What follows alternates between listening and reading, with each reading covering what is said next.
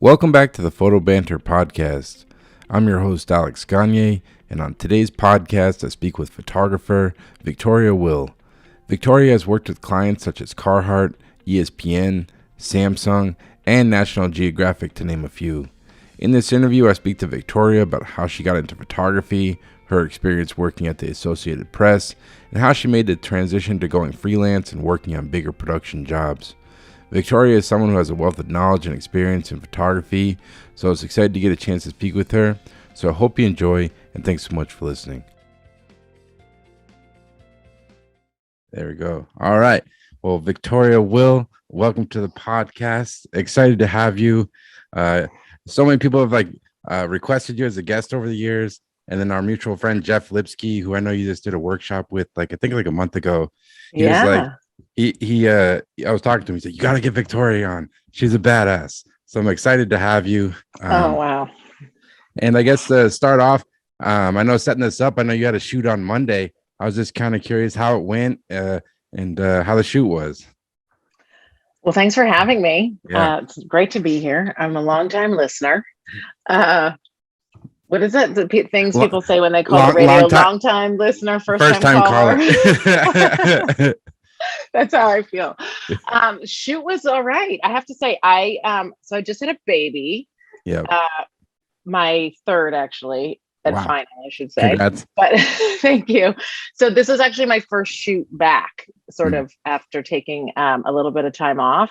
So I wouldn't tell the editor this, but I was definitely felt like I had to brush the cobwebs off a little bit. I mean, it hasn't been that long, but so it took me a second to get up and running, but then it was really good. It felt great to be. Do you feel that way? Like when you're producing a lot of work, be it assignments or personal work, and you kind of got that engine running, do you feel like you're this kind of sharper the more you're shooting? And because oh my God, yes. Yeah. Oh my gosh. Like a body in motion stays in motion. A body at rest stays at rest. Like I really feel like I have to keep being creative. Like, that doesn't necessarily mean shooting, but I'm definitely sharper, as you said, when I'm shooting more often. Yeah, definitely. And I know you kind of touched on you just had a baby. I was curious in talking to you. It's amazing. Like as you know, running a freelance business is hard in itself because it's always all over the place. You don't know when you're gonna work, where you're gonna work, and I can't imagine having 3 kids. Like, how do you manage all that? Because it's so much stuff. Well, I've had to learn how to be excellent at time management, but also I mean, I'm definitely, I ask for help all the time. My husband is an incredible help. I have babysitters in every city, all over the country that I reach out to. I don't do it alone. I don't want anyone to think that I'm over here like I got this under control, because it doesn't, on any given day, it does not feel that way. But I have a whole sort of resource of or group of human beings and resources to help, because otherwise I can't focus on my career and being a parent. And it's tough because a lot of, I really try to give 100% to both things. Mm-hmm. And of course, mathematically, that's very difficult, but I bounce back and forth. And I do the best I can. Do you feel like, obviously, when you have your first kid, that's a major adjustment, and then you had your second kid, do you feel like once you had the second kid, you kind of already had a plan of how you kind of manage your time and stuff, or does it get a little? I don't know. I don't have kids, so I'm so interested in this because shout out to the moms. It's the hardest job in the world. I felt going from 0 kids to 1 was a real shock. Like, that was far harder than going from 1 kid to 2. From going from 1 kid to 2 for me was just more time management, more hands on deck. But going from 0 to 1 felt, well, here's the thing, you have this kid and I was so thrilled, and I don't want to go backwards in time at all, but you mourn the death of your old life. And you really do. You realize wow, if I want to get a manicure, I have to either find a babysitter or manage my time so precisely that I have, 30 minutes. Whereas before you had all the freedom in the world. Like you say goodbye to your freedom. Yep. And that was very hard for me, even though I didn't want to go backwards, Yeah, no. So it's going from, then the next kid, it's like, no problem. I've already adjusted to that. That's awesome. Well, shout Just out trying to be all... real here, because it's not, Yeah, it's it's amazing. Shout out to all the moms out there. Nothing but respect. And I guess to go back, like, where did you grow up, and like, how did you kind of initially pick up a camera? So I'm from Washington, D.C., actually, born and raised in the District of Columbia. And I am also very dyslexic. So I love reading. I love, movies, storytelling. And I picked up a camera. I have two older brothers, one younger brother. And I was always the family photographer when we go on trips. Never thought anything of it. Right. Meanwhile, I get to college and I had never taken a photography class or anything. And I took a history of photography class with Peter Bunnell, who is what he's done he recently passed, but what he's done for the industry, it was just, I didn't really realize his impact until I took this class. Changed my life. I knew right then and there that I was going to do something in photography, but I didn't know what it was, maybe curate a gallery or, be a photo editor. There's so many parts of the industry, but I ended up as a photojournalist. That was I ended up in newspapers, and somewhere along the way, I was like, I think I want to try this shooting thing. I worked for the Sunday Times in London as a photo editor one summer. It was awesome. But the whole time I was assigning the shoots, I mean, I was low on the totem pole here, but, I would assign these shoots and be like, but can I go? I want to go. I want to be there. And so then I told the photo editor there that I actually wanted to try my stab at shooting. And he was like, are you insane? Like, don't you want a normal life? Like, don't you want to know what you're doing next week? No, like, that's not exciting. No, exactly. I was like, no. So I started in photojournalism. That being said, it wasn't the photojournalism I thought I'd be doing. I was working at the New York Post. So for those people who don't know what the Post is, it's a tabloid newspaper. We did a lot of great assignments, but there's also a lot of nonsense. They always got the bold white letters on the cover. It's like huge print. It's like the big, yeah, exactly. It's a little sensational, like to, ruffle feathers. And it was an amazing place to work, though. Like I learned so much there. I learned how to be a utility. I could shoot anything. I could shoot a perp walk. I could shoot a portrait. I could shoot, a restaurant review or whatever was going on, And that's kind of cool. Even looking at your work now, like you do a lot of different things. Like you do like portraiture, and then you have like a whole fashion section on your site, and then you'll have like your personal project, and it's still it seems like you kind of bounce around in different kind of genres of photography a little bit. Yeah. People ask me, what do you do? I say, oh, I'm a photographer. And they're like, oh, what kind? And it's hard for me to answer that. I think the short answer is I shoot people. Or, honestly, when people ask me, I just say like I shoot at weddings. I don't even shoot weddings, but I just like instead of having to have the conversation of explaining, that's the first thing people say. Do you shoot weddings? I'm like, yeah, this makes more sense. Like, yeah, that's what I do. Yeah, it's hard to put what I do in a box, but hilariously, I was listening to something the other day, and the interviewer asked this woman, what's the worst advice anyone's ever given you? And the answer was pick one. Yeah. And I just thought, oh my gosh, I love you. Thank you for sort of, articulating what I've been saying for years, which is like, you're not going to put me in a box. Mm-hmm. And a lot of people have tried over the years, she's just portraits, or she's just, and the fashion I do is backstage reportage specifically, so it's not, I'm not a typical, what I think when people think of, Mario Testino, fashion. But it just makes me laugh. I'm just like, I don't know what I do. And if I gave them that answer, like, well, certain times of year, they would be like, okay, I gotta go. You're so boring. Yeah, but I think it's still it's like different stuff. But like looking at your work, like, you've definitely found like an approach and like an aesthetic and like tone to the stuff where it's not like Thanks. because like you'll definitely see sometimes photographers who have like they'll be trying to shoot product and then they'll shoot in portraits and it doesn't actually it's not a cohesive thing. But it seems like you found a way to like make it all work and has like kind of a similar tone in a sense. Well, that's the ultimate compliment. So thank you. And sometimes when I look at it, I don't even necessarily see it, but it's always, I sort of trust that it comes from my gut, sort of, it's my aesthetic. So I assume that that will, be the thread through it. And obviously, my journalism background is always there because I love to tell stories in the work if I can.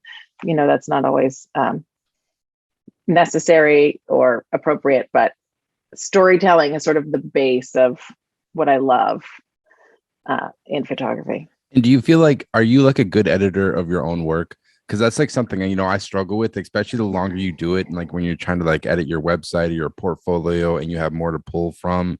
Are you someone? Do you seek advice from other people to get their opinion, or like how do you kind of approach this, the editing and? Okay, so I used to be horrific. Like that's like a borderline being nice. Okay, so I used to be really terrible at it, and I'll tell you a story in a second. But to answer the question, I definitely have gotten better, and part of that is the confidence in myself, sort of to sort of see and trust what I'm going for. Mm-hmm. But I work very closely with my agent. Actually, she, you say agent, and it seems very sort of like a sterile word. Like my agent I've been with her for 10 years, and she's very hands-on, and we do a lot of editing together. And I trust her implicitly, especially because she understands the market in a way I don't. Like I'm coming from a place of emotion, and Mm-hmm. I love this image, and this was so difficult to make, and she'll be like, yeah, but it's not speaking to me. And she is the one who really has helped me grow my career, and done so not by saying, oh, hey, go shoot this. This is the trend. She just says, if it's inspiring to you, it's going to be inspiring to everybody else. And the first time she said that to me, I just sort of went, all right, here we go. And that's kind of the motto that I try to go by.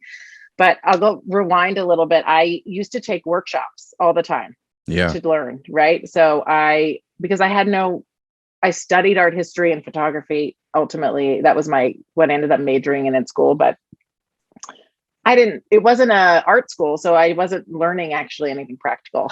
Oh, really? So it was all this like the history and everything. It wasn't like photo school where like they give you assignments and stuff like that. No, I did take photography classes, and I did do a sort of a gallery exhibit at the end but it was not, I didn't learn lighting. It was a lot of theory and, not when I see some of the kids that graduate from RIT or SVA, I'm like, holy crap, you are so ahead of where I was. So back to the editing here, because I was at a newspaper, I would have to edit my own assignments all the time, but I would send the photos I just thought they wanted, and I often was right that those were the photos they wanted, but the work didn't necessarily speak to me. And I remember I went and did a workshop with Norman Jean Roy, and we had an assignment, and I went and did my assignment, and I was just mortified. I was embarrassed. I didn't want to show any of the work. I was like, I can't, this is terrible. And he said, all right, let me sit down with you and edit. And we went through and he picked a photo. He's like, this one's beautiful. I love this. Like, this is the one from the take. And I just stared at it and was like, oh my God, like something changed in me where all of a sudden I was like, okay, I have to literally edit for me and not what I would think everybody else wants to see. Yeah. And that took, I don't know why that's what it took. And it was this sort of aha moment, but the realization for me was a bit about just trusting my gut and having more confidence in my work. And I think it was so obvious to me at that moment that I had no confidence in it. And I just needed to kind of like fake it till you make it a little bit. Yeah, it's like growing pains. Like, I think that's like, especially with like assignment work. I don't know if you ever had this feeling like, because especially when you're starting out, you get a client, you get your first assignment, and you're like so hungry to like do a good job, and you want to retain that client and get more work. And it's like sometimes I feel like in the beginning I would just send them so much stuff. I was like, oh, if I send them tons of photos, that means I Yeah. did a good job. But like, Yeah. but as an artist, you still want to have like, you want them to pick the right photo. You know what I mean? Like Uh-huh. with the assignments you do now, like what's the process? Like if you just do like editorial portrait shoot, like how many selects are you sending them? Like how do you approach like what you, because you want to make them happy, but at the same time as a creative you want to put your favorite work forward.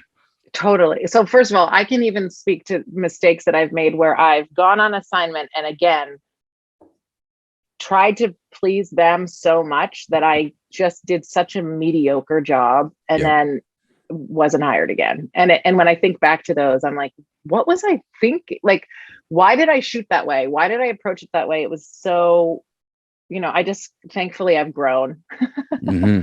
as a human, Yeah. not just as a photographer. So now I still kind of have to go through that process. I do a big edit right from the beginning. And then I go in and I start working on the photos that I really love. And then, so I kind of make that sort of second edit. And then I do sort of a one extra pass and say, okay, do I want my name on this? Because they're going to publish the one that is the weakest Every time. and it happens. I don't know why it happens that way, but so I have to say, do I want my name on this? Yeah. Because my thought process used to be is, oh, I'd love to show the editor just how much I did. Look, I did 5 setups. They only asked for 1, just trying to over deliver. Yeah. And in over delivering, I think I watered down the meat of the assignment. And so shame on me for sending that one, basically, is yeah, it's all, that's how I think of it. yeah, it's all just kind of building confidence. And I feel like even now, like obviously you're doing bigger and bigger jobs, or you're like doing motion projects now. Is it still the same type of like you feel like you're still learning and still building your confidence in terms of like the scale of the jobs you're doing from year to year? Yeah, because don't you need to push the envelope, right? I think if you're making great work all the time, then you're not trying anything new. So, well, I should say when you're on assignment, show up with your A game. But I'm always doing personal shoots and trying other things, or after on an editorial assignment, after I know the client's getting what they need, I'll try XYZ. I think evolving, I crave that. I don't know if that will ever go away. Just always wanting to learn and try something new. Yeah, it's like the magic of photography and seeing what's happened. Yeah. I know for myself, like I've had times where I just keep falling into the same like setup. Like, I got this light modifier and I use this over and over. And I finally had to like force myself just to like fuck around. Like I put this snoot on this head and it doesn't make any sense, but let's just see what it looks like, like. Yeah, exactly. It's like, when I start bringing the same stuff and I know I'm falling into the same pattern, and I have to sort of snap myself out of it. I have this, when I was mostly, this is an older, when I was still at the newspaper, I was doing that all the time, just setting up a seamless with the same, I would use a beauty dish with a grid, and I still love that quality of light, but I look back now and I'm like, oh my God, all of my work is the same. But because you get comfortable, and complacent, and you're like, like it's gonna work, but it's like you got to like push yourself to like try different shit. Exactly. Yeah, it's so tough. The word comfortable is a funny one, because I always think about how I make the best work when I'm uncomfortable, and so I have to be comfortable being uncomfortable. And that's what photography is to me. Like it was being uncomfortable, with a big personality in front of me, and just like deal with it, Victoria. Like, this is why you're here, and sort of learning to tolerate that discomfort. That's part of the growing for me, was figuring that out. Do you feel like you've always been good at like dealing with people and like communicating your ideas? Because like obviously you work with like a lot of big name people, like you photographed everyone from like Brad Pitt. So I've always been. Oh yeah. I'm blushing over here. He's just as dreamy as they say. I think that I've always been a good communicator, right? Because I have, well, I don't know, divorced parents, three brothers. Like I just had to be direct. Yep. However, I would get so nervous. Two things that happen. I would get nervous, or I would get caught up in the photography of it. I would just get caught up in the lights. Yep. I got to try this. I'd have to do this. And then I would lose that direct line of communication. And so when I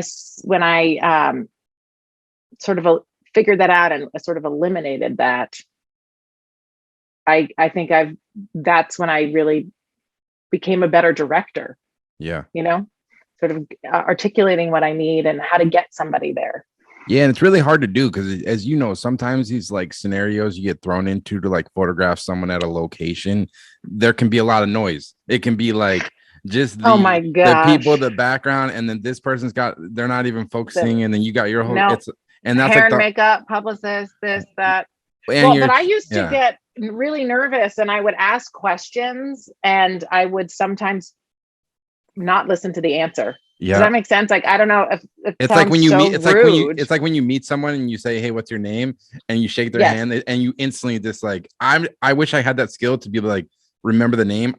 They say it, and I instantly like forget it because it's like you're not listening. Well, because you're everywhere out. Right, exactly. You're not listening, and I know that sounds rude, right? But it wasn't intended to be rude. I was just worrying about the light and worrying about this and worrying about the clothes or whatever, and so. That was a real learning moment for me because I was like, I remember asking a model where she lived twice. Yeah. She's like, you just asked me that. And I was like, oh my God, I'm not present. Yep. And so right then and there, I was like, okay, that's not going to fly. Like I would find that rude. I would, if I was the sitter in this moment, or I would, if maybe I wouldn't interpret it that way. Maybe it would just be like, wow, she's out to lunch. Yeah, I don't know. But I was like, okay, Victoria, you need to be present because this isn't about, as a portrait photographer, it's not about me. It's about us, like what we're doing together. And I need to be more present. So I really try to bring that attitude. And that helped. That really did help. I just would make better connections with people. Yeah. It's almost like, because how do you, like, if you have a portrait shoot, like, how do you prepare? Like, I know some people do a lot of research, and is it almost like, because you're going to have to like connect with this person. Are you like, even before you go into the shoot, are you like having questions in mind that you want to ask this person as a way to connect? Are you like making notes for yourself? Like, how do you prepare to go into one of these situations? So first I do go in with creative notes. Like I'll make a little mood board for myself. That's like, I want to try this, just ideas. Yep. To keep it flowing, because I definitely don't want it to feel stale and, hammering down the same look. It's like, okay, we got this, let's move on. And I'm driving that, I'm the energy that's driving it. So I always try to have some ideas, but excuse me, as it goes, when it comes to sort of preparing for the human, it depends. I'm not a huge researcher. I do a little, but I also want to be able to have a conversation that's organic, that's organic and real. And so when I ask, hey, do you have kids? You ask Brad Pitt, like, hey, do you have kids? Like, that's duh. We all know he has kids, so I want to be able to make sure that the answers are real. And I also want to, have genuine reactions, it's like, oh, you have 6 kids, go figure. Shit. Like, right. Yeah. So, but I definitely do some research. I'm just curious how other people have shot them, or, I just did, a story with a person that's around a Supreme Court case. And so did some research on the case because I'm genuinely interested. So, yeah, I'll definitely do some research. Sometimes none at all. And I'm because there's just no time, or they're like, show up at 10:30 and photograph this woman. And so I'm like, okay, I'm there, Yeah, definitely. And make it happen. It's sometimes, so it just depends. Sometimes there's the liberty of time and preparation. And other times you have to be prepared in different ways. Yeah, definitely. And yeah, back on the workshops, because Lipsky actually mentioned this to me. You mentioned it a bunch of different ones. Like, who are some of the other people you did Oh, workshops with?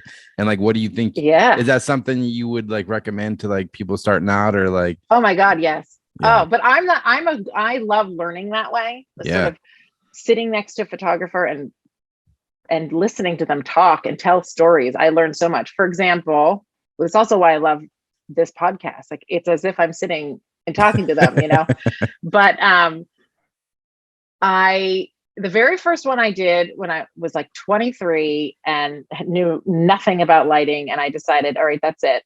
I want to separate myself from some of the other photojournalists that don't understand light.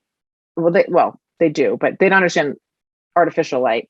And I said, I went to my editor and I said, look, if I try to learn this, don't you think that could be an asset? And he was like, yeah, go for it. So I go to Joe McNally's class. oh, legend.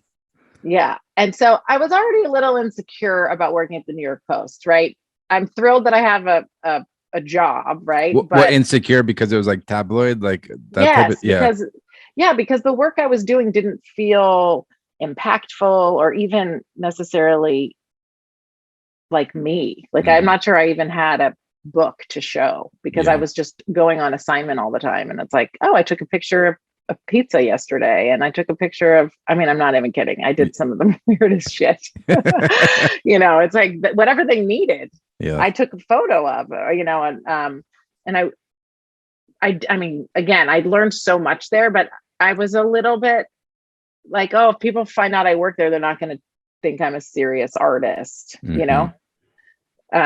there's sort of a stigma around it. And so I kind of shied away from it. And I'm sitting in this room and Joe McNally starts talking about how, I also had one person tell me that if I worked at the New York Post too long, no one would ever hire me for anything else. Right. So I had this in the back of my head, like, oh my God. Screw you. Like I'm going to prove gotta have wrong. a job. You gotta have a job. It's like, right? it's the building blocks, Exactly. But I also am grateful for every day because I learned something every day, how to talk to people, how to light a really hideous, conference room or whatever, I just really had these opportunities to grow. And it was probably more valuable than my college, just working, working there, as far as learning photography. But I had this in the back of my mind and I'm sitting down and he's explaining how he got started. This is the guy who's shot for National Geographic for decades and Sports Illustrated covers and blah, blah, blah. So many iconic imagery. And he said, I started at the Daily News. Mm-hmm. And the Daily News is my rival in New York. It was the rival tabloid newspaper. And I literally almost fell off my chair. I was like, you started at a tabloid also? Like, there's hope for me. Hell yeah. All of a sudden I was like, this is fabulous. Like it literally just inspired. All of a sudden I was like, okay, screw everybody. I'm going to learn what I can while I'm at this paper. And then I'm going to move on just like he did. So, that was my first workshop, which was awesome. I learned so much and I just continued to do it for the next bunch of years. I took a class with Norman Jean Roy, a class with Platon, wow, which was fabulous. Max Vidugal and Jody Peckman. So that was an editor photographer matchup.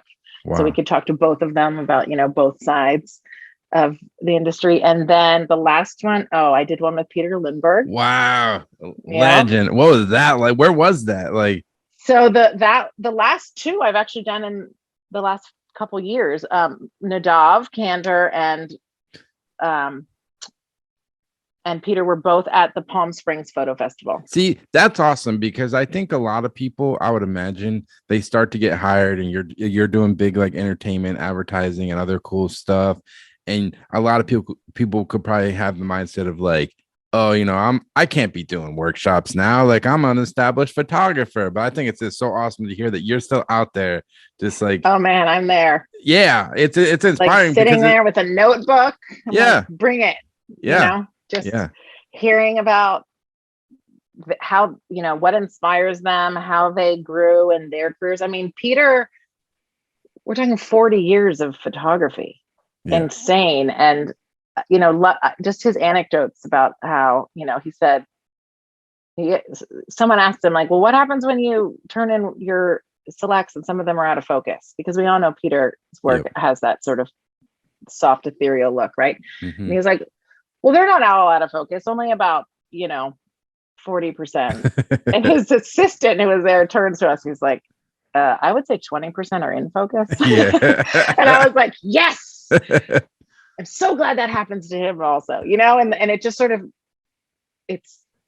I don't know. I all of this stuff gives me confidence, I don't know why that is, but it just sort of makes me feel like we're all in this together and we all make the same mistakes. And but they also have so much wisdom and experience. So I learn so much every time. And I'm always looking. I think Palm Springs is going to come out with their list soon and I'll take a look.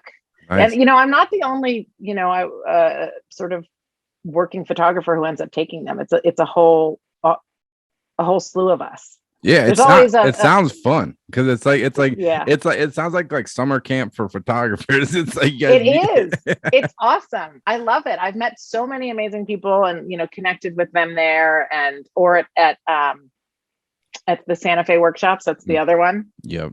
That I did.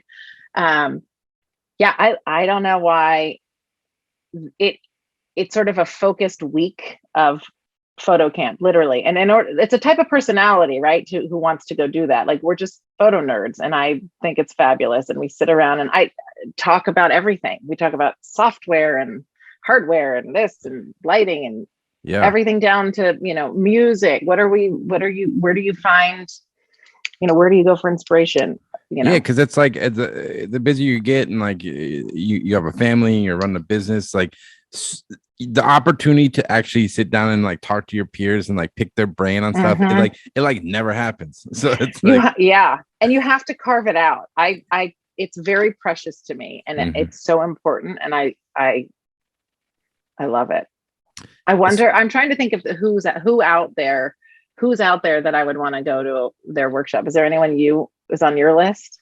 Damn, I mean, so many. I really like. I love. Todd Hido. He's like of course. Yeah. He does one at Palm Springs. See, I talked to that guy. I had him on the podcast like a couple of years ago, and he was just. I just admire it. Like, I've never really delved into that kind of fine art world. But looking at his work, he really just does like what he wants. Like, I know he does some commercial work, but he pretty much like he found a way to like just shoot like the stuff he wants, makes books, sells prints to the shows, and it's just like so impressive to me, like that you can do that, Yeah.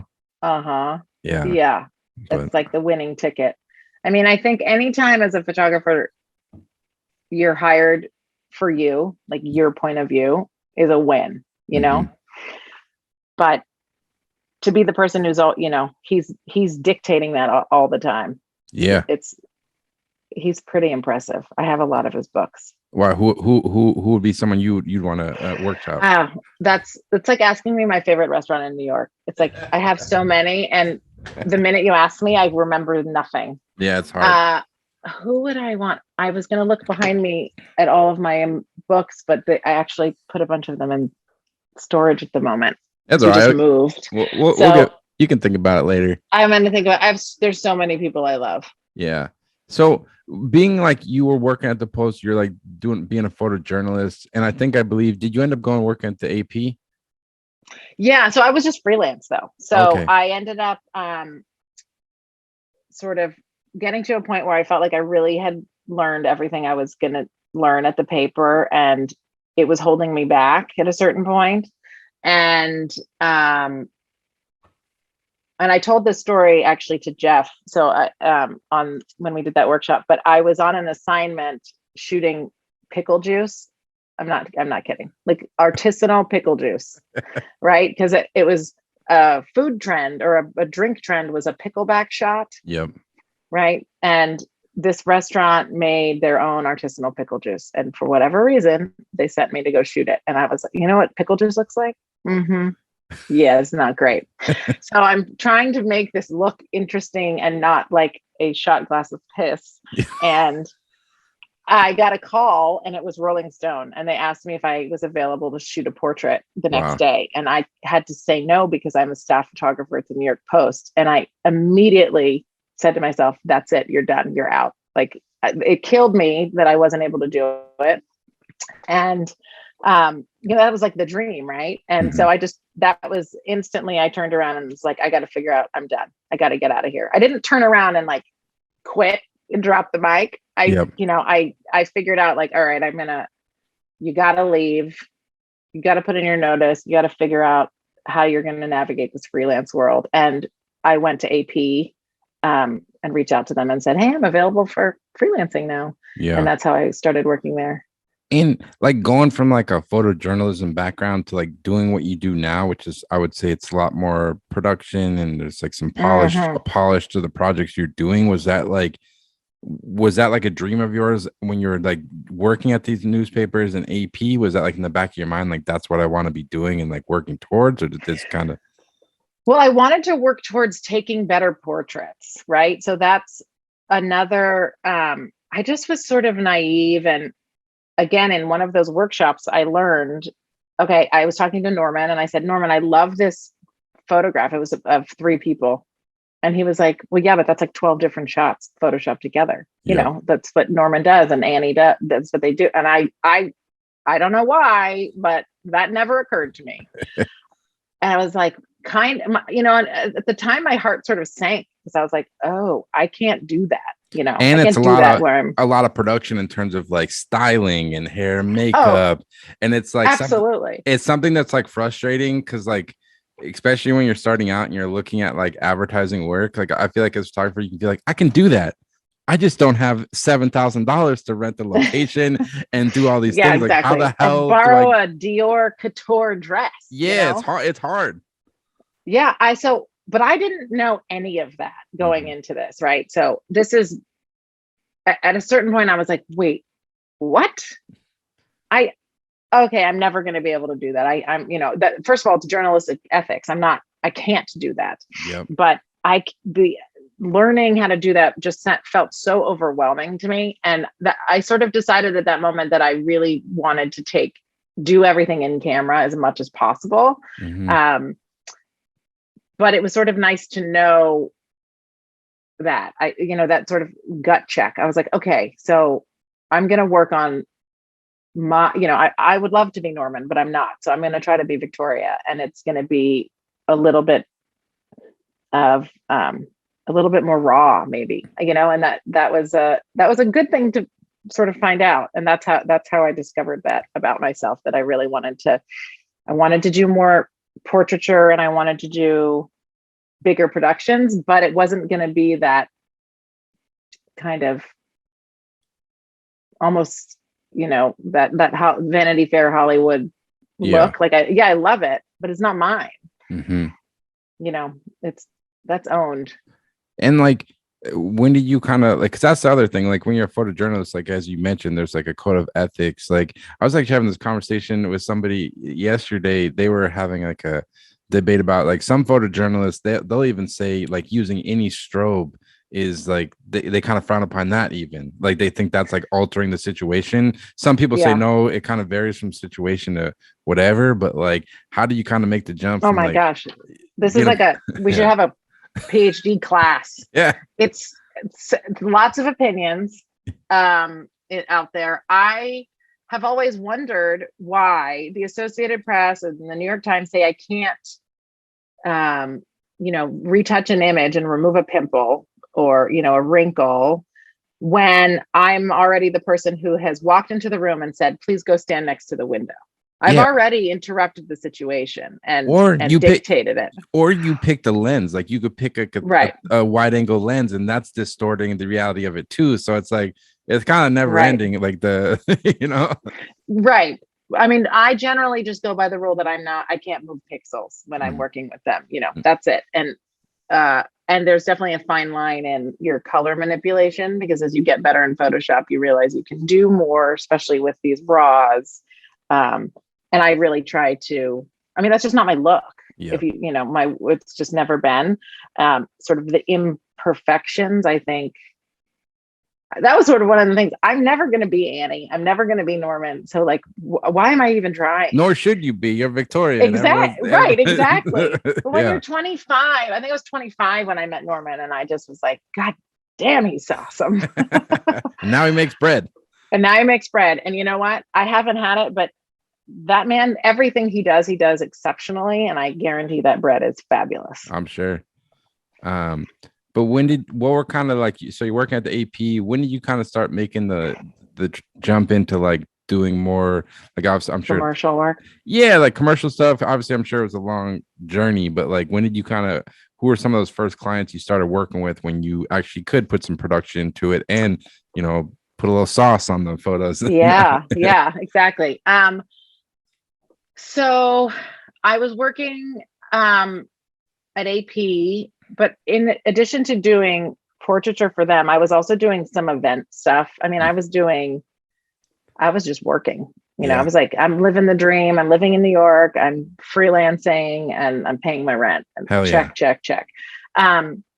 And I didn't truly understand what commercial work was either, what it entailed, the level of production that went into it.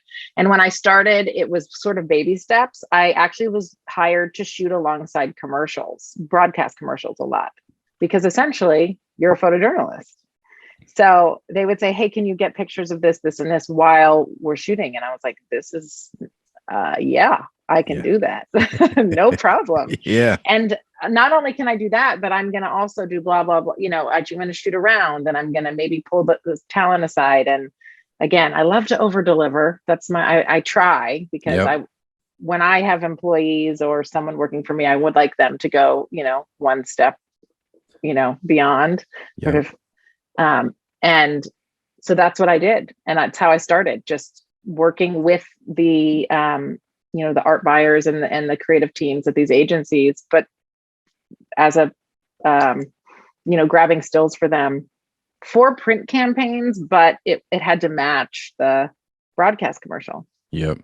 And then how are you like getting your name out there? Like, what does this kind of word of mouth at this point? You kind of built the relationships with people in the business in New York, or like, because I think that's like the hard thing for a lot of people starting out is like just getting your foot in the door and like trying to find an opportunity, So I think some of it was actually because of those events that I worked, because a lot of the people that worked those events and the PR companies left and would go to the ad side. Yep. And I think people thought, oh, well, she can work an event and sort of be a fly on the wall and still get you what you need.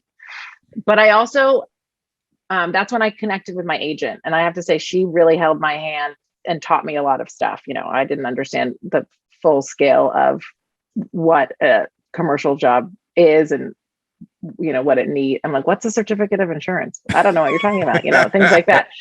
And she, so she really taught me a lot, and she definitely would push me to do the promotion, like promos, email people, like, who have you emailed this week? She does a lot of that as well. But, it was a sort of someone to hold me accountable. And I emailed, the gist. You email a whole bunch of people and no one writes you back, or one person writes back and says, cool, thanks. Yeah, I feel like I would like the days where I just don't have anything going on, I'll just like bang out tons of like personal emails to people. If I send out like 100 and I get like 5 responses, that's like a good day. You know what I mean? Oh my God, that's a huge ratio there. That's a good day. It's really the little one email will just keep you going. If you just get one response, it's like, all right. Yeah, exactly. Because I think people read them. I think about all the emails I read that I don't respond to. Yep. The blasts or whatever, and it's like, okay, well, I have that. Oh, that's in the back of my head now. And I think that that's how it works. I did portfolio reviews. Also, I'm actually just remembering the story. I don't know why, but I did a portfolio review and met a bunch of people. One of the women hired me 3 years later for, again, my first ad job or my first handful were very photojournalistic. It was shooting real people that were after they were being interviewed by the broadcast. I was going to pull them aside and do portraits, but very run and gun. And that was my first introduction to creative calls and whatnot. And the art buyer I had met 3 years ago. So it was like, hey, she just had me on this list of like, when the right job comes along, and then she put me up for it. And I had, oh my God, remember my first creative call. I didn't really understand that it was a job interview. Yeah, you're basically like pitching yourself to like Yeah, get it. It's a sales call, really. Like it's like trying completely. I to. thought we were just going to talk to creative and be like, I'm packing my bags. Let's go. I Nah, didn't really know that. yeah, it's But tough. but I think, I guess the work spoke for itself, I suppose, I hope. And those agencies ended up hiring me, repeatedly for a few different things. And each time I think I would get a little bit more creative control. So then it turned into, hey, we're coming to you with an actual print campaign that has nothing to do with shooting alongside podcast. That's awesome. Yeah, you Yeah. mentioned the portfolio reviews, and that's something for a long time myself, like I kind of had like a weird feeling. I was like, I feel weird paying someone to look at my work, but I finally just started doing them, like, and they're so beneficial. Like, I've gotten work from them, and it's good just to get other people's like feedback. Either like I've learned so much little stuff just like about my website, how I should do it, and like because the people that are actually going to hire you, like what they're looking for. And it's like, I don't know why for so many years I just felt like I felt weird about paying someone to look at my work, but now I can't recommend it enough because it's just a way, especially in COVID times where no one's in offices, like actually being able to talk to a human being and like get on meet people. Yeah. It's like anytime, like you said, like you were shooting events, like I'm sure you didn't want to shoot events, but it was a way to interact with people. And it's like being open-minded and like this. Yeah, I think that's what I've just kind of learned from doing those things, No, I remember people being like, why are you paying for that? And I was like, I don't know any other way. So I think of it as an investment in myself. But I think everything you just said totally resonates. I would meet people. I'd meet other photographers, I keep in touch with on social and share ideas. But the editors or art buyers that you're meeting, it was learning what they loved in my book, sort of like the cream rises to the top a little bit. I could sort of see what people were gravitating to, and it sort of helped. It's kind of informed everything about how people saw my work. And I wasn't the type of person that would go and say, hey, can you come and look at my work? I wish I sort of had potentially done that more, but there's always that you're opening yourself up to this, this vulnerability. Yep. And that takes a lot of energy. And so I guess in paying, I just had to show up. Yep. I had to be there, so that it's kind of like paying for a spin class. Like if you pay for it, you're going to go to it. Yeah, for real. Yeah. It's like another thing, like as some of the ones I've done, like you'll meet with some person and they'll be like, we don't really have, your work's not right for what we do. But I've had plenty of times where like, I got a friend that works at this place, like I'm going to connect you. So it's just like any way to like kind of connect. That's the name. I feel like, I don't know, relationships is the name of this game. Like, I feel like you have to have good work. That's just like given. But after that, like, it's really about just like building like long-term relationships with people. And that's it. It completely. The relationships you build, the same thing with you're only as good as the people you surround yourself with, and I feel like it's the same thing with who you're networking with.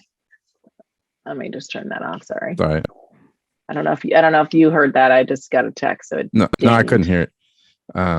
But yeah, it's hard. You have to like actively maintain those relationships too, because you get busy and it's like you have to be able to find ways to organize, keep in contact with clients, people you haven't talked to within a while. It's like that's one thing, especially once you get busy shooting, like maintaining all that. Well, keeping up the relationships, I mean, that's a full-time job, number one, in and of itself. But also, I think the FaceTime at those things is so important because they're like, wait a minute. I connected with this person really quickly. Maybe that will happen when she's shooting a portrait for me, or you know what, she's really going to handle that high maintenance client I have. And if I have to be in Prague for 12 days, I would like to be with her because she looks like she's going to be a lot of fun. Whatever that they're trying to whatever they take away is fine with me, because I'm there to present myself, and that FaceTime is invaluable. And in COVID times, I do it on Zoom a lot. I try, it's almost easier to get 10, 15 minutes with someone FaceTime, because they're, I don't have to get on a plane and go to Chicago, or I don't have, Oh, that's awesome. And so you've been reaching out to like producers and editors and stuff, just to be like, hey, because like back in the day, you actually go to their office. And how's been the reaction to people? Is it like people you kind of already have relationships with? Are you kind of like reaching out to new people to hopefully like?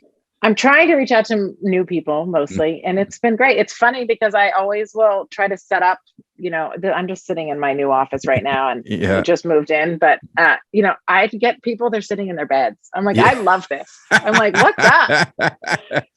That's hilarious. Or they're in their bedroom and I see their bed behind them, and I'm like, I love this intimacy. This is like what I thrive on, like seeing people's spaces. So fun.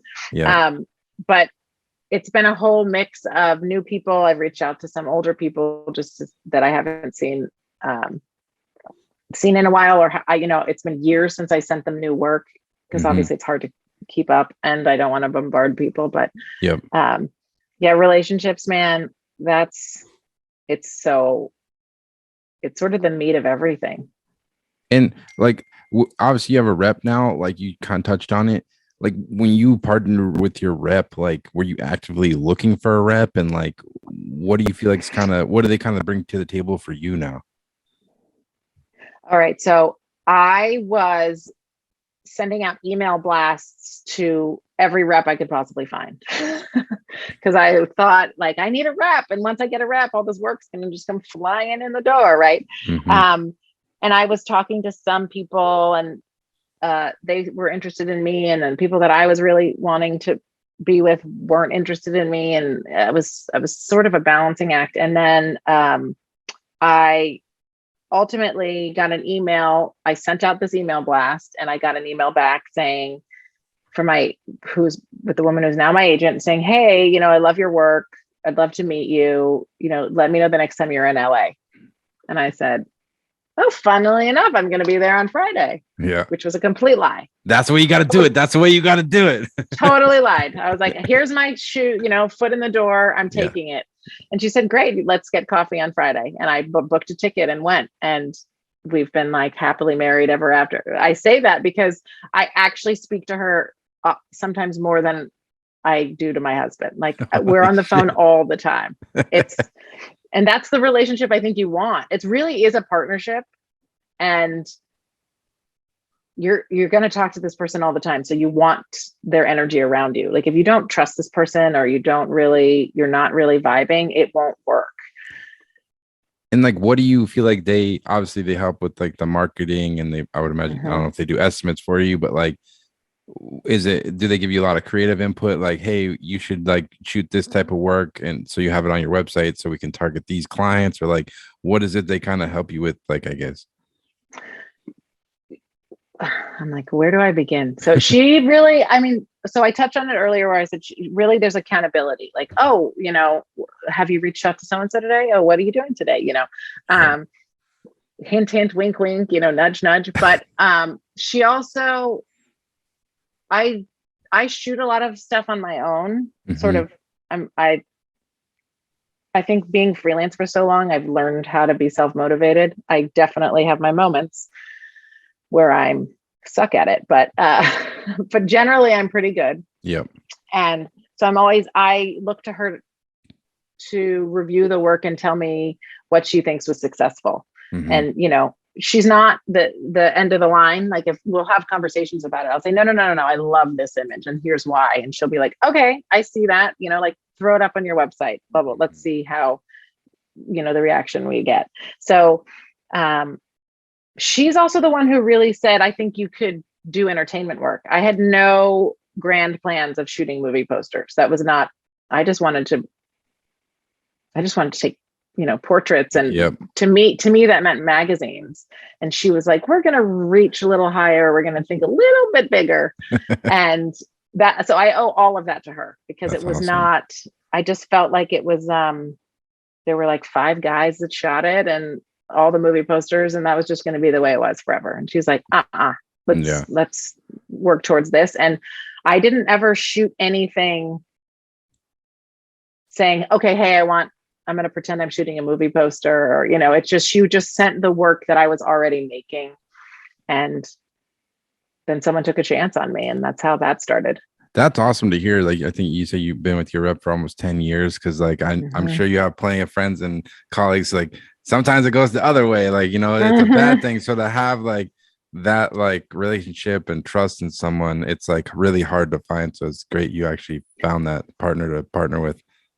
She definitely believes in developing her artists. And at the time, she had that on her website. I don't know if the Fox Creative website still has that, but it said, I'm looking to sort of build a long relationship. And she's interesting because she's always says, you don't want to be the flavor of the month.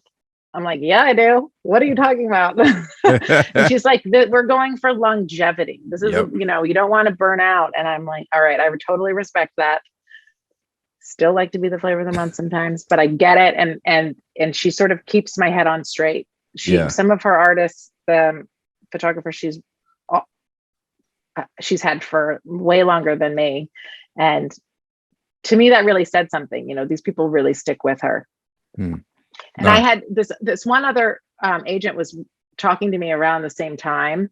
And I actually ended up calling some people on their roster just to sort of get the vibe. And they were like, they're not that warm, like they don't have the best bedside manner kind of thing. And I was like, okay, well, that's not, I'm the opposite of that. Like I need that sort of comfort. Yeah. Cause that's the hard thing. Cause the rep is representing you. So like, if your rep is speaking for you and they have like a bad attitude or they're like too aggressive towards the client, they can just like completely mess a job up for you. Totally. And, they had successful photographers, so I knew they were doing something right.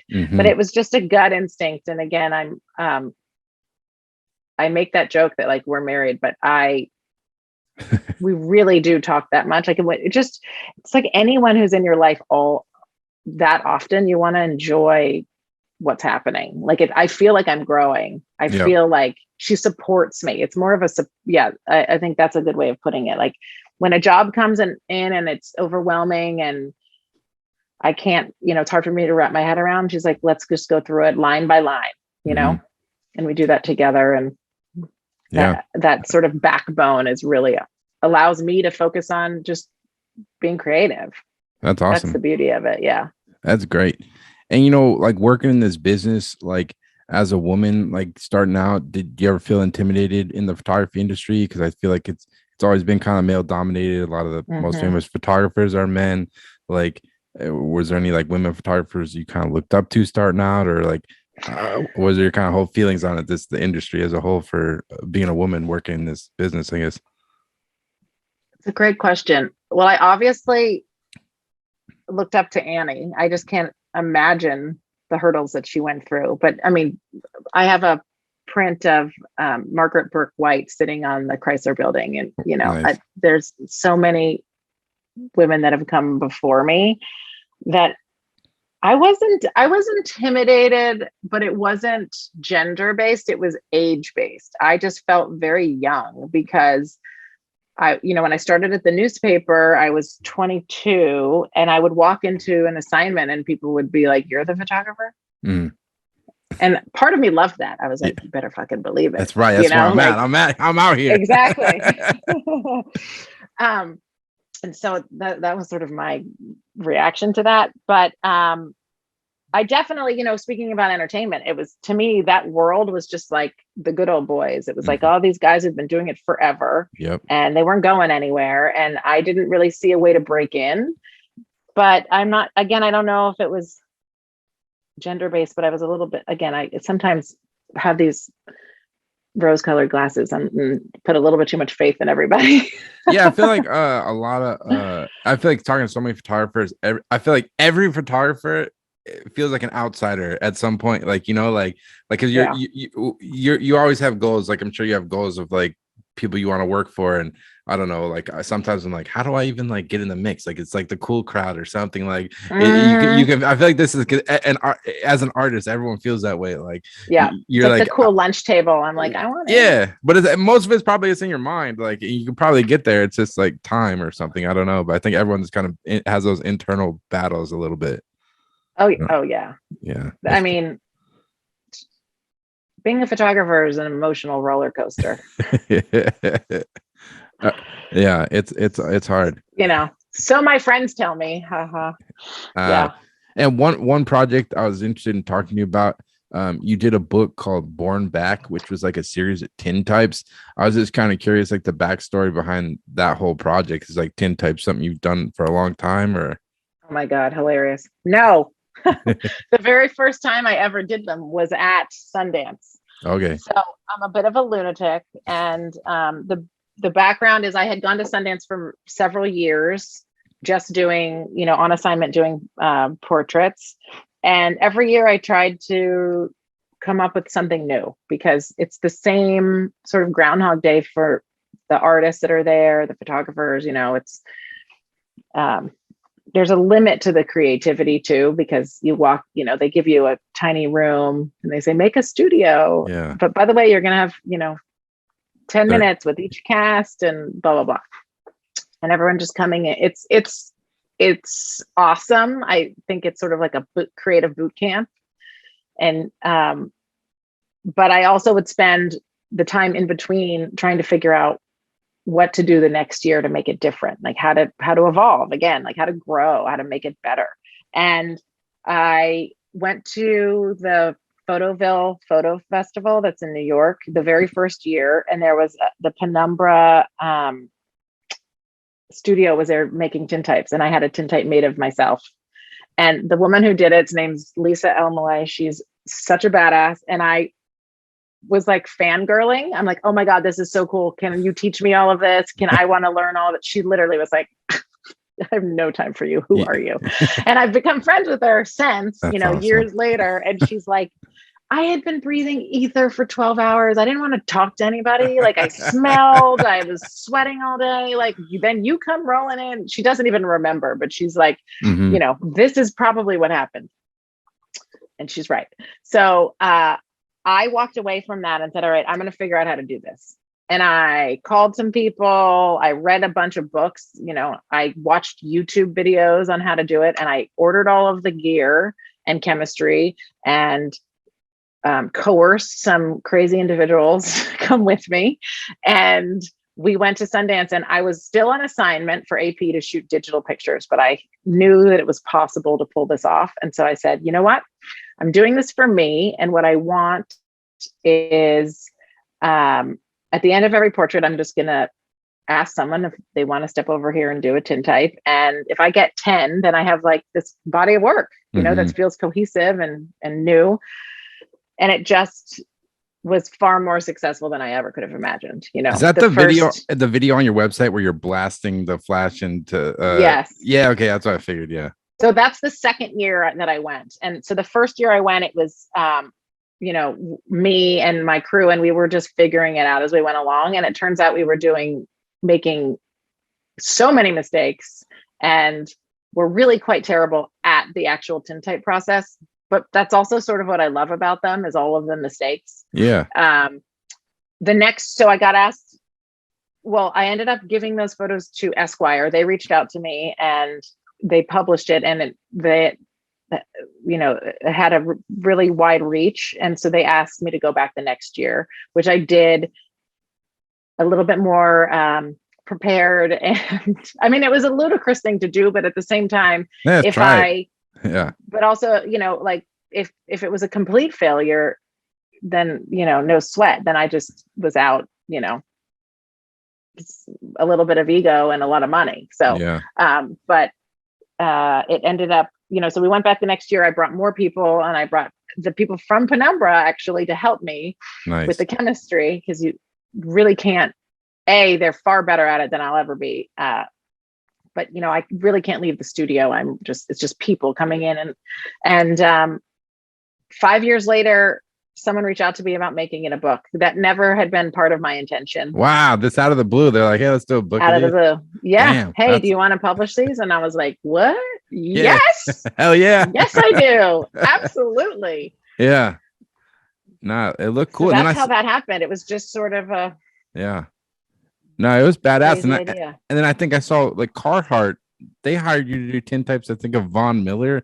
So is that after the book came out, they kind of saw the work, or were you like actively promoting the tintypes? Or I actually have been I have a long relationship. Speaking of long relationships, like the dream is to have a client you love and, you know, have that long working relationship. That they are that for me. I've been working with them, shooting a lot of their women's campaigns for a while, and just got to know the creative director really well. And he said, you know, I pitched this idea. Can we do, you know, he knew that I did tintype stuff. And he said, do you think you could do that for Carhartt? And I was like, yeah, I can. That's awesome. That's so cool. Yeah. He's really great. Because he, you know, tries to think outside of the box, and he's incredibly collaborative and creative. But in a tintype, when you shoot it, it becomes a reverse. So the Carhartt logo is actually backwards. And I was like, hey man. So right off the bat, I was like, listen, I'm in. I will absolutely do this, but all of your logos are gonna be backwards. He's like, I don't give a shit. Like, he's down for just the purity of it. Put the logo in the text, you know, in the ad. Yeah, there you go. Exactly. Very good. Exactly. No, so that's awesome. Totally appreciated that. Yeah. Yeah. And but it was also there was also a downside to the tintypes, which was that after Sundance, I was only getting calls to do tintypes, right? And I became like the tintype lady. Oh man. And that was strange to me. I understand why that happened, but it was strange to me because I sort of thought, all right, listen, guys, I'm a portrait photographer who used this as a, you know, as a medium. Yep. And the portrait has to be there first. And also tintypes are not appropriate for everything. They're just not. Because it's such a slow process. If you're trying to, like, you can't do a lot, you know? No, it's like, do you want 1,000 digital pictures to walk away with, or do you want, you know, like 25? Well, in a day, you know, depending, like, do you want to pick from 25? And everyone's like, wait, what? Yeah. That's it. I'm like, you know, it depends on, you know, if you're really committed to the process. I also got a lot of, you know, can you shoot my wedding and do tintypes and be a party favor? Mm-hmm. Listen, I'm totally down for that in the right environment, but I like to keep my plates. Mm-hmm. And so I was like, I'm not giving these away. Yeah. No. And so I had to sort of remind people that I also do other stuff. Do other things. Yeah. Nah, man, it's just cool though. It kind of reminds you, like, if you just try different stuff, you never know where it's gonna go, you know? Yeah. Open some doors. Exactly. And I love the process. It's, you know, I'm so glad I know it. There are people that do it full time. That's it. Mm-hmm. So that's kind of been an interesting thing. Like, film has been such a resurgence in the last few years. It seems like I even know, like, my friend retouches for Nike, and he's like, yeah, they're having all these shoots where they ask photographers to shoot film now, like, as part of the shoots, which is kind of interesting seeing. Like, I see so many people like shooting the RZ again, like, especially I'm a lot more editorial than commercial, but even a lot of commercial stuff I see seeing more film, which is kind of interesting. I don't have an interest in going back to film myself, but it's cool to see people doing it, you know? Yeah, I've been asked to do it once or twice, and I'm love it, but I get a little bit uncomfortable because I'm sort of going back to I'm not as fluid. Exactly, because once you have, of course I can do this. That's where I'm at, because like once I have my workflow, like I don't feel like switching back, because I feel like it's this.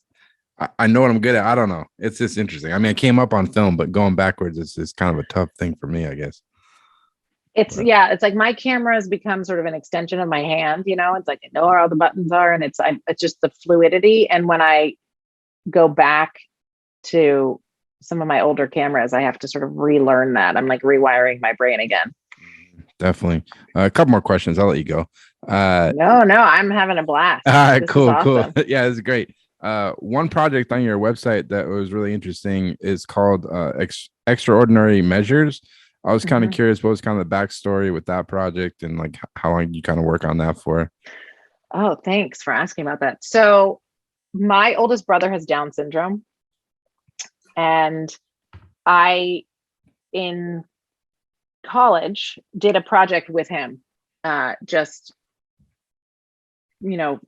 photographing him at work, some of his friends, just sort of, again, it was very photojournalistic. I shot it with a Pentax 6.7, and it was a project that I always loved and I always wanted to come back to. And I always had grand plans of sort of saying, this is a space that I would like to work in because I know it. I grew up with it. And, but also it's important to me. I think there's a lot of misconceptions about people with disabilities. And one of them is that there isn't a place for them. And there is. My brother has had many jobs and has worked the last 12 years for the Washington Nationals. Wow. And yeah, it's, and I want to sort of share that with people. And then I thought I've had all sorts of plans, like, why are there never any Down syndrome models? I want to do fashion photography. Well, some people have actually beat me to the punch on that one. But it's one of those projects I think I'll always work in this world. And I was connected with a company called Community Options, and what they do is provide housing support and employment for people with disabilities. So oftentimes they're people coming out of institutions, because that's what a lot of people did for a very long time with when they had a child with a disability. I mean, my mother, the doctor said to her, "Do you want to take your son out?" It was 1971. She was like, "Yeah, I think I'm going to do that." But they were right then and there saying, we don't really know a lot about this, and here's an option, which is to institutionalize. So yeah, a lot of people did that, and now this programs like Community Options will help families figure out a way to have supportive homes and communities. So basically, they can these individuals can live on their own with roommates and whatnot, but they have supportive care. They're nurses if they need medical assistance, things like that. So I got connected with them, and they're all over the country, and I have just been traveling for some time, trying to meet all of the people that are part of their community, because some of them have been with them for 15, 20 years. Some are brand new, and Extraordinary Measures was to me, the people who work in this industry go to Extraordinary Measures all the time, but particularly during COVID, because people with intellectual disabilities tend to also have genetic medical conditions, which make them, high risk when it comes to COVID. So diabetes and asthma, I mean, you name it, there's all sorts of things like and just keeping that community safe. And when I say this community, I mean the community of Community Options. So I went and photographed both the caretakers and the people that they work with. And do you feel like, obviously you grew up with your brother having Down syndrome, do you feel like there's anything you've learned getting to see other people around the country that also have Down syndrome, maybe something you didn't know, they have different experience, or anything you kind of feel like you've learned through the process of like getting to photograph all these people? Yeah, I mean, part of it is just to sort of stop. I mean, just don't make assumptions, like meet everyone with a blank slate from the beginning, the same way you want everyone to meet you. There's sort of, I've always been blown away by the fact that my brother, he doesn't really have the ability to hate. It's just not part of his DNA. I mean, yeah, he doesn't like Brussels sprouts. Like, he doesn't, he, there's lots of things he doesn't like, but he doesn't have that visceral, I get that anger, and that it just doesn't come naturally to him. And I think I've seen him, he's going to be 49 this year. And I think I have, seen him angry a handful of times. And even within the anger, there's not a hate. It's a disappointment. It's just different. And so I always think about that, like, well, where did I learn to hate Yeah. things Yeah. along the way?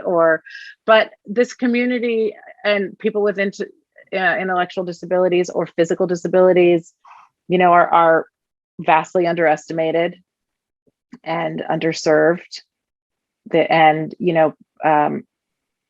I love seeing people with disabilities put in the workforce. It's just, it makes me so happy, but also it brings them a sense of accomplishment and purpose. And they are, everyone I ask loves to tell me about their work.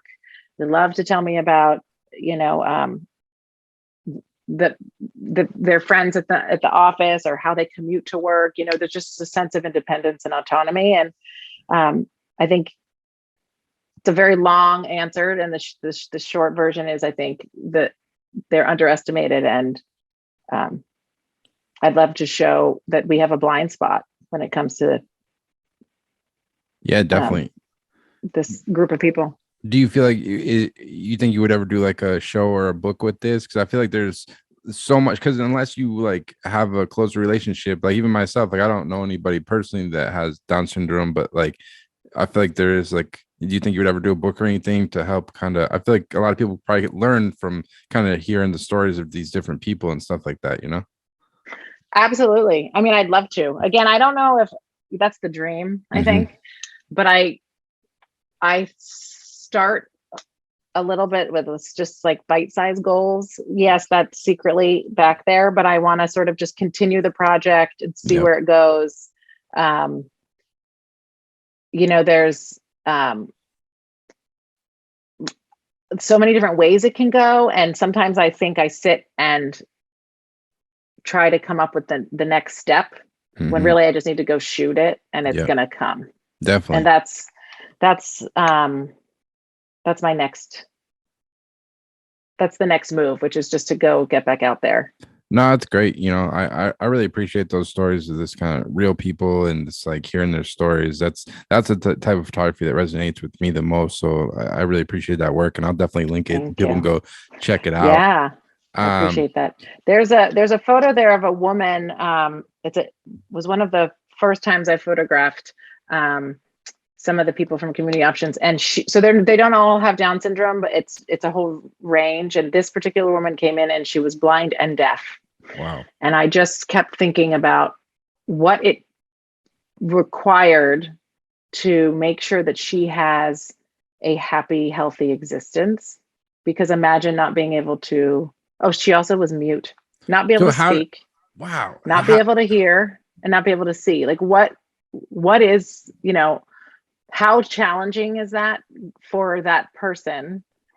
And also for the people who are trying to maintain her health and her care and her, emotional, your emotional health. It's a lot. And the fact that these people do that blows my mind. How did you approach that shoot? Because if she's blind, deaf, mute, like how do you even like interact?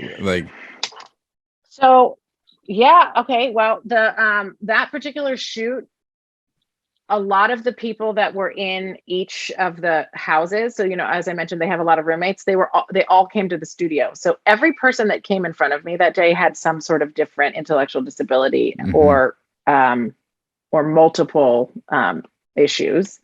And she was just one of the many people who came in. And I think the most important thing is just to treat them with the respect and dignity that you want to be treated. And I think a lot of people, speak to them like they're children and talk down to them. I know I've seen people do that to my brother, or they have a really hard time understanding because there's a stutter or a speech impediment, and people get very frustrated, and it's just about being present and being and giving, I want the photos to show their dignity.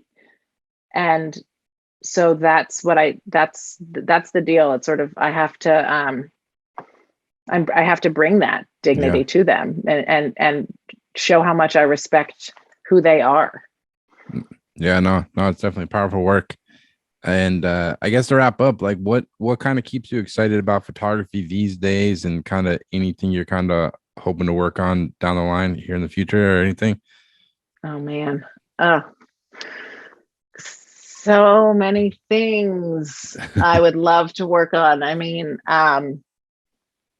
so I had a really the last couple years I have done a lot of advertising work, which I love, but I also love editorial. Like, just my heart is in it, and so I would actually like to do more editorials. Yeah, Um, it's fun. just to, yeah, it's really fun, and just throw out a lot. There's sort of, more they're like smaller vignettes, and so Hmm. you can sort of, I can do more of them so I have inspiration boards with ideas pumping, but um I've never not been excited about photography. Is that weird? No, that's where I'm at. Like, That's it's funny, like when I talk to people who are like, because there's definitely like friends who I have who are photographers, and I think it's more of kind of like a job to them. And that's fine. Like, but for me, like it's my all day, every day. Like, I love it. I love looking at pictures. totally. That's why I started a podcast, is to like chop it up with other photographers. Yeah. And it's like I can't picture myself doing anything Yeah. else. And it's Oh just, no, there is no plan B here. I No always way. think at the beginning of the year, I'm like, all right, like what am I gonna shoot this year? Like, because you never know. Like, I always think about that at the beginning of January. I'm like, all right, at the end of the year, what's my like portfolio gonna look like? Because I know I'm gonna have some new stuff, and I don't know what's coming Right. down the pipeline, and it's still just exciting every year. And you can't anticipate it, no matter how hard you try. Nah, that's It's like like, hey, can you shoot an aerial out of a helicopter? Yeah. Oh yeah, yeah, I can. Like, let's didn't do see it. that coming, but let's do it. Yeah, I think back to, the way you're talking about, like in December, I'm like, what? Never saw that coming. It's Yeah, never thought I'd end up in Greece yeah, for whatever, yeah. that's the beauty of it. I Hmm. mean, the downside is that it's unpredictable. Yeah, And when my friends are thankfully very understanding, when yeah, sure, I'd love to be at your wedding. yeah. Yeah, but not if Netflix calls. Sorry. That's hilarious. They're used to, like, hey, I know I said I'd come to dinner, but That's they always say. yeah. Like, photographers always say, like, if you don't have any work, just plan a vacation, and then that call will come in for a job. I mean, that is the truth. Every time I book a flight, the phone rings, and I'm like, why didn't I do this last week? That's awesome. Well, Especially those slow periods. In fact, I might go book a vacation. hey, live it up, Victoria. Live it up. It's been a hard 2 years. Have some fun. Exactly. But Victoria, I can't thank you enough for taking the time to do this. I'm glad we connected. It was a great time.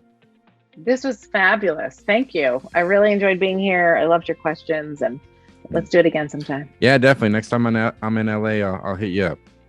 Sounds good. All right, take care, Victoria. All right, take care. Bye. So there you go. That was the Victoria Will interview. I just want to thank Victoria so much for taking the time to come on the podcast. It was real exciting to hear about her experience in the photo world. So can't thank her enough. Definitely go check out Victoria's work. You can go to her website at victoriawill.com, as well as definitely give her a follow on Instagram. You can see what project she's working on at Victoria Will. I'll put all the links in the description so you can go check out her work.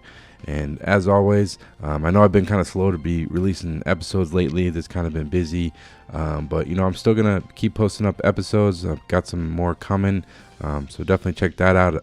As always, on YouTube, Apple Podcasts, and Spotify. And as always, thanks so much for listening, and take care.